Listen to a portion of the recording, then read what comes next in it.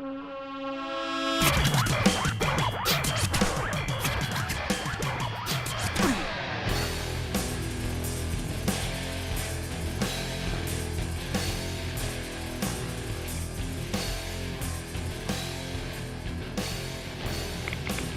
Mickey Trosclair, the current points leader in the NeSmith Weekly Series. Mr. Trosclair, how are you, sir?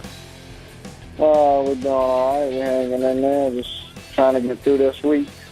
Now, this week shouldn't be as hard as last week. You guys are damn near in New Orleans, and you had the hurricane come through. Tell us how your week started last week.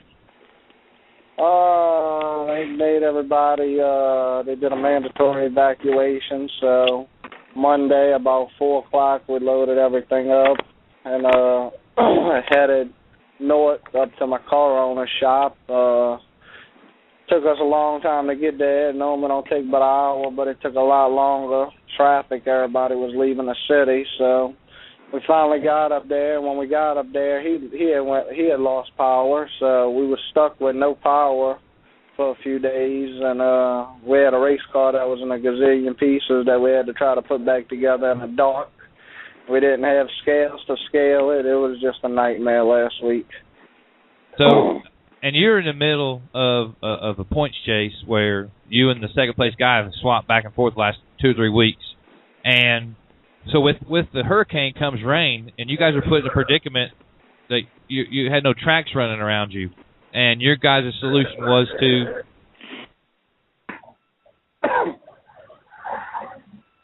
Did you hear the question, Mickey? Hello? Are you there? Yeah, I can hear you. Okay. And I said, your solution, because all the tracks were rained out in your area, all the NeSmith sanctioned tracks, your solution to that problem was, where'd you guys end up at?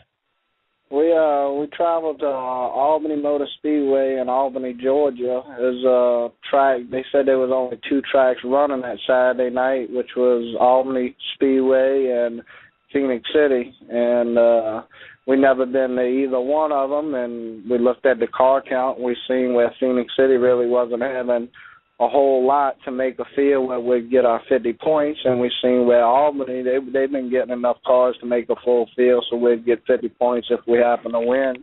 So we decided late Friday night, that's where we had to go, so we just got everything wrapped up and got on the road. Now, what was the mileage? Did you guys see the mileage beforehand?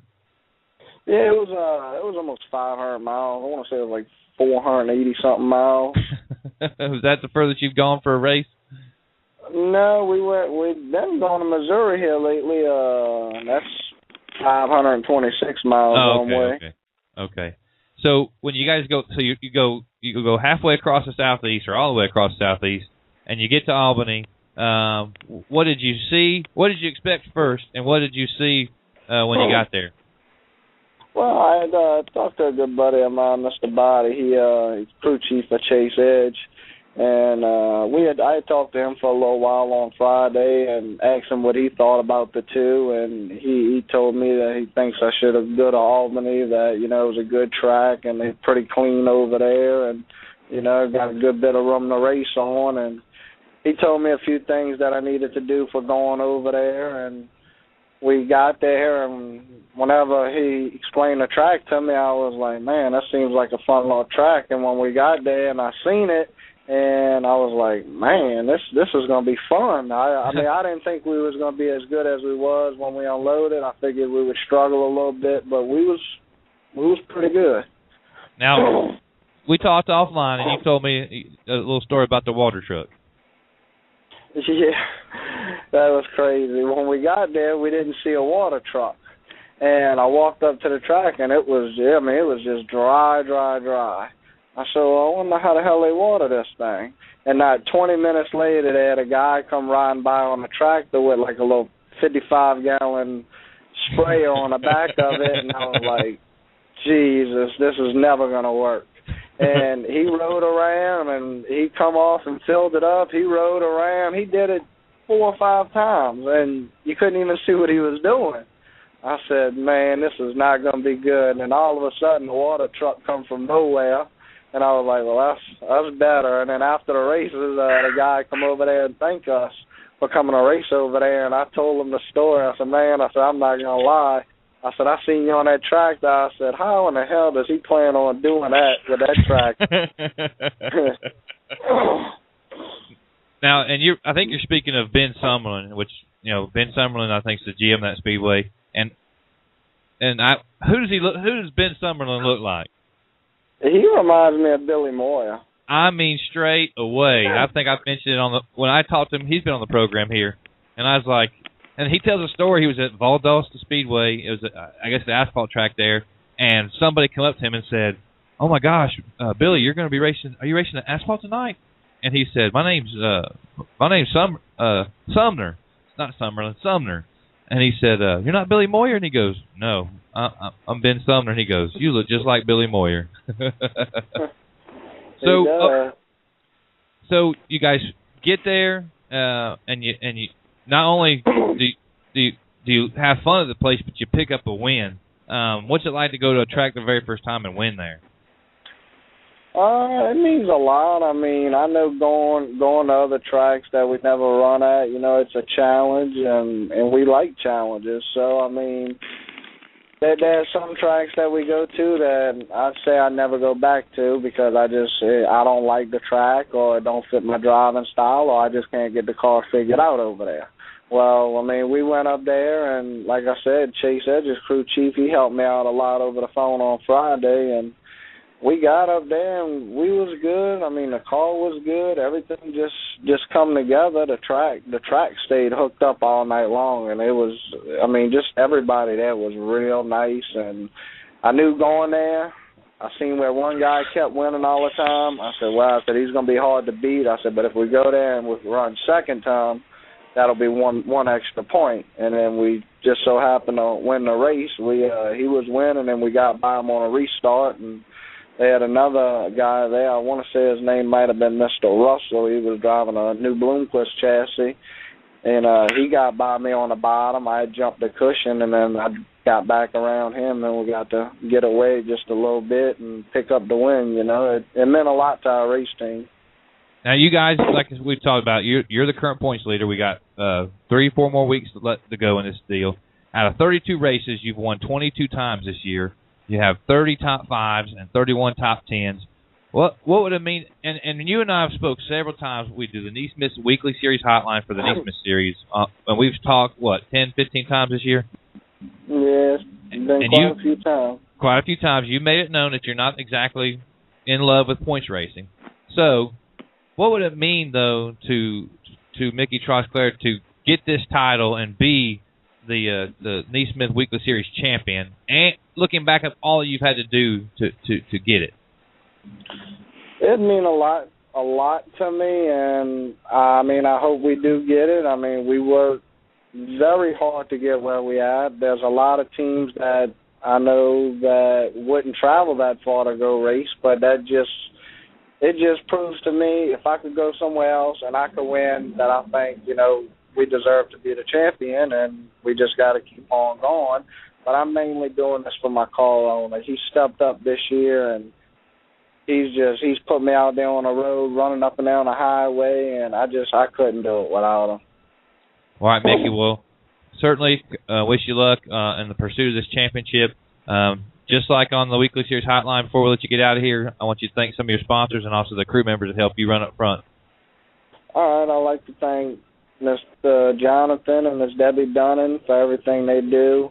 Jay Dunnan Sandblasting and Painting, Anita Smoking Steak Burgers, Griffin Fence, A Touch of Blush Photography, my mom, my dad, my girlfriend. I got a buddy of mine, Andre, who's been helping me, and this is God's honest truth. If he wasn't there every weekend, we wouldn't be doing as good as we're doing.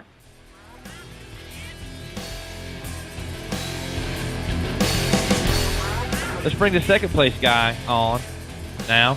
I'd like to welcome to the program Chase Washington. Chase, how are you, brother? Good, Gav. How are you?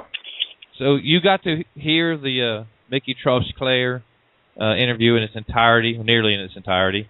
Well, before we get into that, tell us a little about Chase Washington and how you got involved in racing. Let's do that first.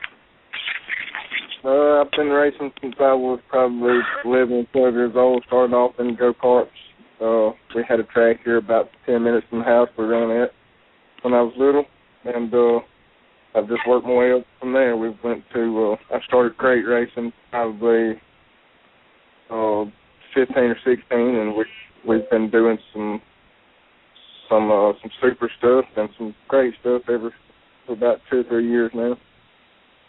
Now, you told me, and Mickey says the same thing, is that it's been nerve-wracking the last few weeks. But as nerve-wracking as it has been, how exciting has this year been? It's been a good year. You know, we've last year we run late models all year, and we won run race and stayed in the top 5 every now and then. But this year we've run, I believe, 36 to 38, something like that, races, and we've won 13, I believe, and we've been in the top 5 just about every weekend. I mean, we can't complain about that. It's been exciting. Now, you guys you started out this weekend leading the points, and didn't necessarily have the challenges that Trosclair had with the hurricane and all. You guys ended up going to East Alabama on Friday. What happened over there? You guys finished third. What was that experience at East Alabama like? You know, it was good. We've been over there once or twice before. We went over there back last year when Ray Cook's deal came down there. And we had some problems that night. The engine was running hot and everything on us. But other than that, this past weekend was the first time we've been over there since then. And looking at all the results, you know, Joey Thomas and Montana Dudley and all those guys over there, you know, they kind of own that place, you know. So I knew it was going to be hard to go over there and win. And that's what we got to do now, since all we've got left is second place finishes. We've got to win to gain any points. But I knew it was going to be hard to go over there and even run top 5, you know, and I'm happy to get out of there with third place.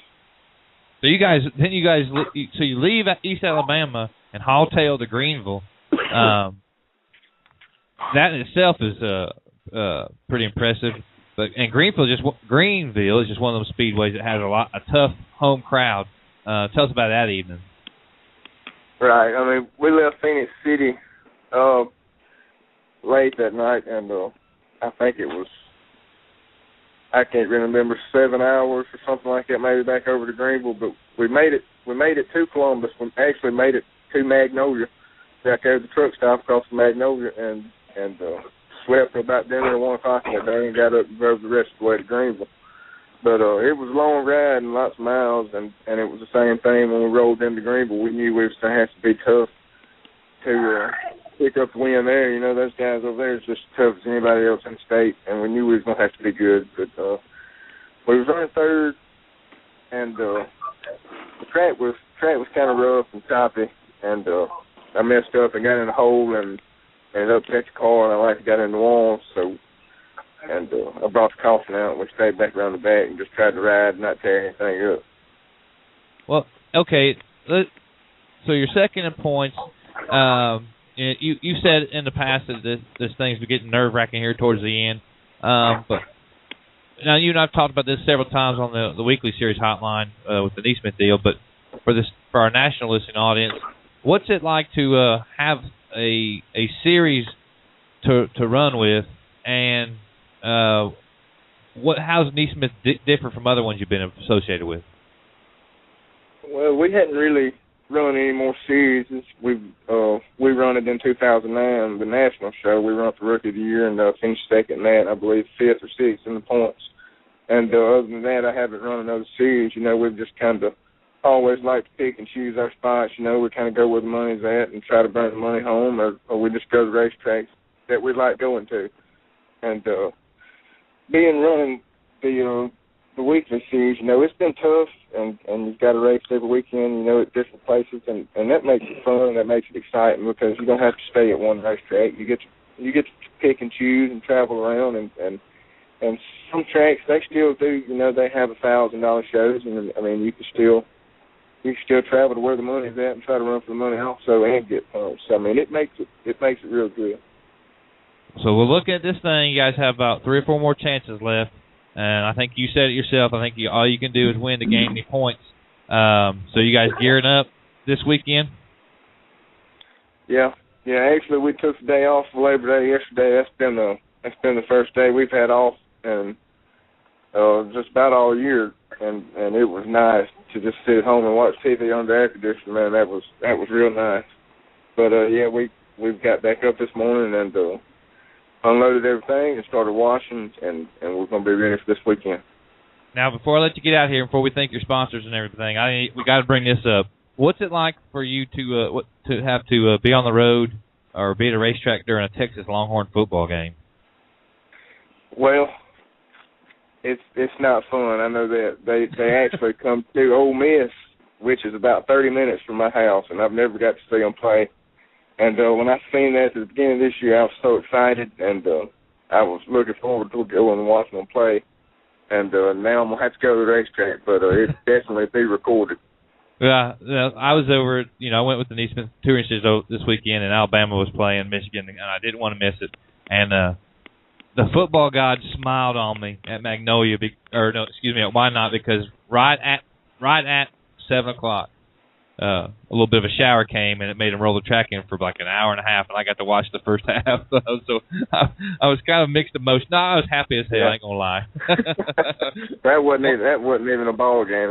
They should have never even played that game. I knew what that was going to turn out to be like.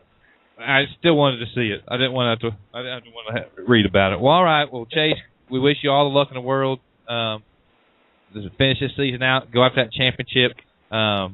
Certainly, you guys deserve it as any of the rest of the top five. And hey, Brian, the top five is only separated from first to fifth by 6 points. We got the third, fourth, and fifth place guy are all tied. And no smack talk yet?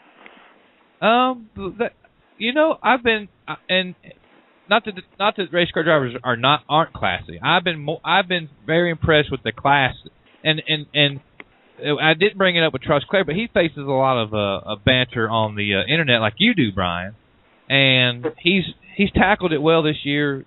He's kind of He's quit like answering it, and he's proven himself on the racetrack. But when is that advice, or are you just stating the obvious?